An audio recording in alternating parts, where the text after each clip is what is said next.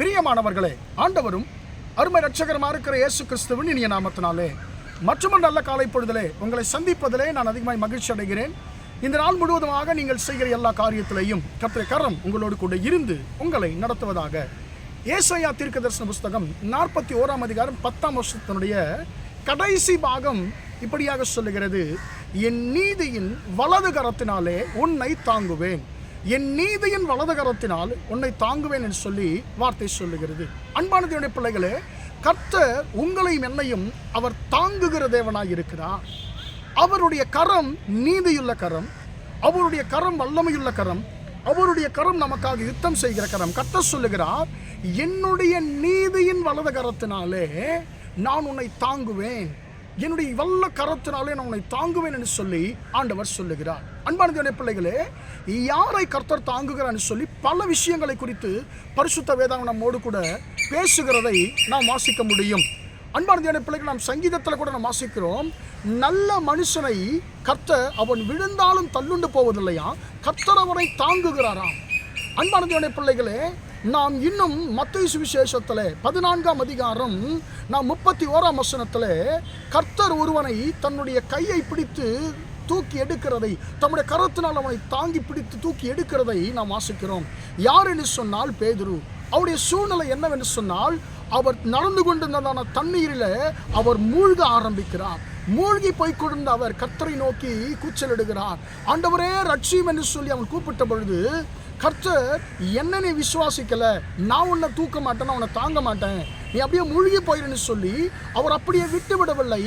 மூழ்கி போய் கொண்டிருந்ததான பேதுருவை கர்த்தர் தம்முடைய கரத்தினாலே தாங்கினார், கை தூக்கி நிறுத்தினார். அன்பான தேவனுடைய பிள்ளைகளே, இன்றைக்கு நீங்கள் மூழ்கி போய் கொண்டிருக்கிறீர்களா?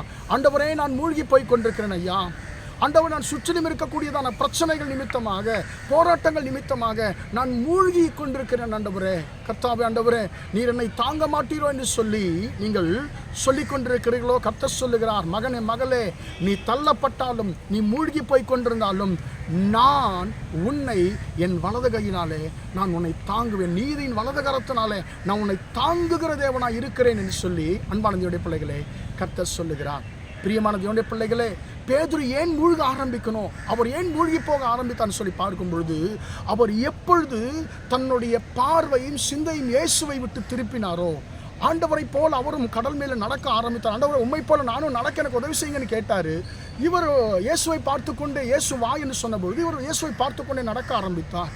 இயேசுவின் மீது தன்னுடைய பார்வையும் சிந்தையும் இருந்த வரைக்கும் அவருக்குள்ள அவிசுவாசம் மரல, பயம் மரல, அவர் மூழ்கி போகலை.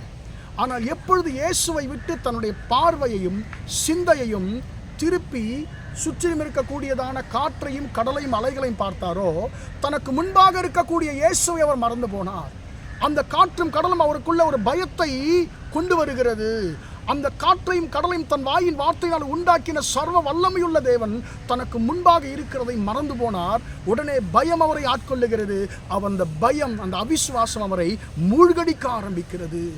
அன்பான தேவனுடைய பிள்ளைகளே, இன்றைக்கு நம்முடைய வாழ்க்கையிலே பிரச்சனைகள் வருவதற்கு காரணம் என்னவென்று சொன்னால், நம்முடைய பார்வை, நம்முடைய சிந்தையை இயேசுவின் மீது நாம் வைக்கிறதில்லை. நம்மை சுற்றிலும் இருக்கக்கூடியதான பிரச்சனைகள் மீது தான் நாம் வைக்கிறோம். ஐயோ என்னுடைய வாழ்க்கை, என்னுடைய பிரச்சனை, என்னுடைய போராட்டம் என்று சொல்லுகிறோமே தவிர, என்னுடைய தேவன் என்னுடைய பிரச்சனைகளை காட்டிலும் பெரியவர் என்று சொல்லி நாம் அறிக்கை செய்ய மறந்து விடுகிறோம். நாம் அதை அநேக நேரத்தில் நாம் நினைவில் கொள்ளுகிறதில்லை. அது நிமித்தமாகத்தான் நம்முடைய வாழ்க்கையிலே பிரச்சனைகளும் நீண்டு கொண்டே போகிறது. ஒரு ஊழியக்காரர் இப்படியாக சொன்னார், உன் பிரச்சனைகள் எவ்வளவு பெரியது என்று உன் தேவனிடத்தில் சொல்லாத, உன் தேவன் எவ்வளவு பெரியவர் என்பதை உன் பிரச்சனைகளிடத்தில் சொல்லு என்று சொன்னார். அன்பான என் பிள்ளைகளே, ஆனால் நாம் இன்றைக்கு என்ன செய்கிறோம்? எல்லாவற்றையும் தலைகீழாய் தான் செய்து கொண்டிருக்கிறோம். கர்த்தர் சொல்லுகிறார், என் நீதியின் வலது கரத்தினாலே நான் உன்னை தாங்குவேன். பிரச்சனைகள் உன்னை மூழ்கடிக்கிறதா மகனே மகளே? கடன் பாரங்கள் உன்னை மூழ்கடிக்கிறதா மகனே மகளே? மனுஷர்கள் உன்னை மூழ்கடிக்கிறார்களா? நான் உன்னை மூழ்க விட மாட்டேன். என் நீதியின் வலது கரத்தினாலே உன்னை தாங்குவேன், கை தூக்கி நிறுத்துவேன், நீ மூழ்கி போவதில்லை என்று சொல்லி கர்த்தர் சொல்லுகிறார். அன்பான தேவனுடைய பிள்ளைகளே, மூழ்கி போய் கொண்டிருந்த பேதுருவை தம்முடைய கரத்தினாலே தாங்கின கர்த்தர் இன்றைக்கு உங்களையும் உங்கள் குடும்பத்தையும் கர்த்தர் தாங்குவேன் என்று சொல்லி கர்த்தர் வாக்கு பண்ணுகிறார். ஜெபிப்போமா? இரக்கமுள்ள தகப்பனே, உம்மை நன்றியோடு துதிக்கிறோம், ஸ்தோத்தரிக்கிறோம் ஐயா. இம்மட்டுமாக அந்த வார்த்தைகளை கேட்டோம். உம்முடைய பிள்ளைகளை ஆசீர்வதியும் ஆண்டவரே. என் நீதியின் வலது கரத்தினால் உன்னை தாங்குவேன் சொல்லி ஆண்டவரே வாக்கு பண்ணின தேவன், ஆண்டவரே உம்முடைய பிள்ளைகள் எதிலெல்லாம் ஆண்டவர் மூழ்கி போய் கொண்டிருக்கிறார்களோ, ஆண்டவரே உம்முடைய பிள்ளைகள் யாரெல்லாம் தள்ளப்பட்டிருக்கிறார்களோ, தகப்பனே உம்முடைய பிள்ளைகளை நீர் உம்முடைய கரத்தினாலே தாங்குகிற தேவனாக இருக்கிறபடி நமக்கு ஸ்தோத்திரம். ஆண்டவர் இன்றைக்கு மூழ்கி போய் கொண்டிருந்த பேதுருவை தூக்கி எடுத்தீர், தாங்கினீர் ஆண்டவரே. அப்பா இன்றைக்கு ஆண்டவரே அப்பா அவிசுவாசத்தினால, சந்தேகத்தினால, பயத்தினால் ஆண்டவரே அப்பா தன்னுடைய பார்வையில் சிந்தை உண்மை விட்டு திருப்பி பிரச்சனைகளை பார்த்ததுனால மூழ்கி போய் கொண்டிருக்கிற உடைய பிள்ளைகளை தகப்பனே நீர் கை தூக்கி எடுக்கும்படியா ஜெபிக்கிறேன். தகப்பனே அவர்களை ஆண்டவரை மூழ்கி போகாதபடிக்கு நீர் தாங்கும்படியா ஜெபிக்கிறேன். தகப்பனே அவர்கள் ஆண்டவரே பிரச்சனைகள் எல்லாவற்றிலையும் ஆண்டவர் ஜெயம் கொண்டு அவர்கள் முன்னேற கட்ட உதவி செய்வீராக. ஆண்டவர் இன்று முதல் தங்களுடைய சிந்தையும் பார்வையும் உம்மீது மட்டும் ஆண்டவர் வைக்க கர்த்தாவை கிருபை செய்யும்படியா ஜெபிக்கிறேன். இந்த நாள் முழுவதுமாய் உம்முடைய பிள்ளைகள் செய்கிற எல்லா காரியத்திலையும் உம்முடைய கரம் கூட இருந்து நடத்தட்டும் என்று இயேசு நாமத்தில் ஒப்புக் கொடுத்து ஜெபிக்கிறேன் ஜீவனுள்ள நல்ல பிதாவே.